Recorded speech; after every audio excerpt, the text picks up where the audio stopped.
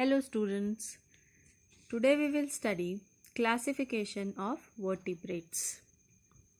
The phylum to which these vertebrates belong is known as phylum Chordata. It is the most advanced group of animals.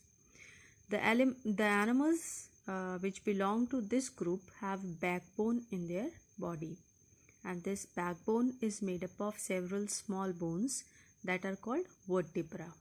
And these vertebrae form the vertebral column. They have a well-developed nervous system with brain that controls all the body functions, and they have closed circulatory system, means blood flows in closed tubes known as blood vessels. So this phylum is divided into 5 classes. First class is class Pisces. All fishes belong to this class Pisces. Now this include freshwater fishes as well as marine fishes in them. Marine fishes with completely cartilaginous endoskeleton, they are generally large in size.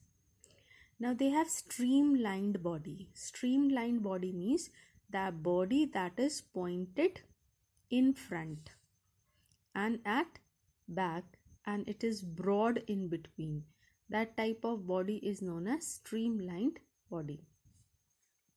Respiration in these animals takes place with gills, and they have fins for locomotion. Their heart is two-chambered. They are cold-blooded animals. It means that the body temperature changes with the change in outer temperature, and they have scales present on their body. So all fishes belong to class Pisces. Second is class Amphibia. It includes frogs and toads. So this class has animals which can live in water as well as on land. Skin is smooth. There are no scales on the skin.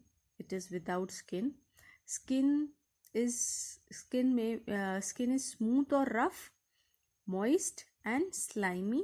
Glandular skin is present in them, and the heart is three-chambered in them. Respiration is by gills or by lungs, and these animals are oviparous animals. Oviparous animals means they lay eggs. Fertilization in some of them is external, like in frog and toad, while in salamander it is internal. They show metamorphosis. Metamorphosis means that first from the egg larva comes and then it develops into a adult. Then comes third class, that is called Reptilia. Class Reptilia, the body, they may be aquatic or they may be terrestrial. Some are aquatic, some are terrestrial. They have bodies divided into head, neck, trunk and tail. Teeth are present in all reptiles except in tortoise and turtles. Respiration takes place through lungs. There are no gills present in them.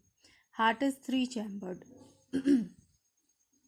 Only crocodile is an animal that has incompletely divided four-chambered heart. Rest all the reptiles have three-chambered heart.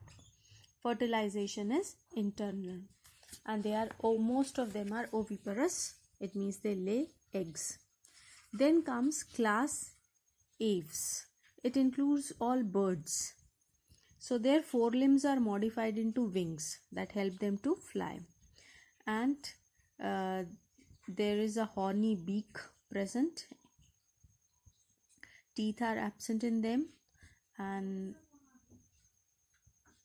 bones are hollow so that the body weight can be reduced. They are oviparous, heart is four-chambered, and fertilization is internal. Then comes the last class, that is called Mammalia. In Mammalia, the body's skin is covered with hairs. They are viviparous animals. Heart is four-chambered. Mainly they live on land, so they are terrestrial, but few are aquatic also.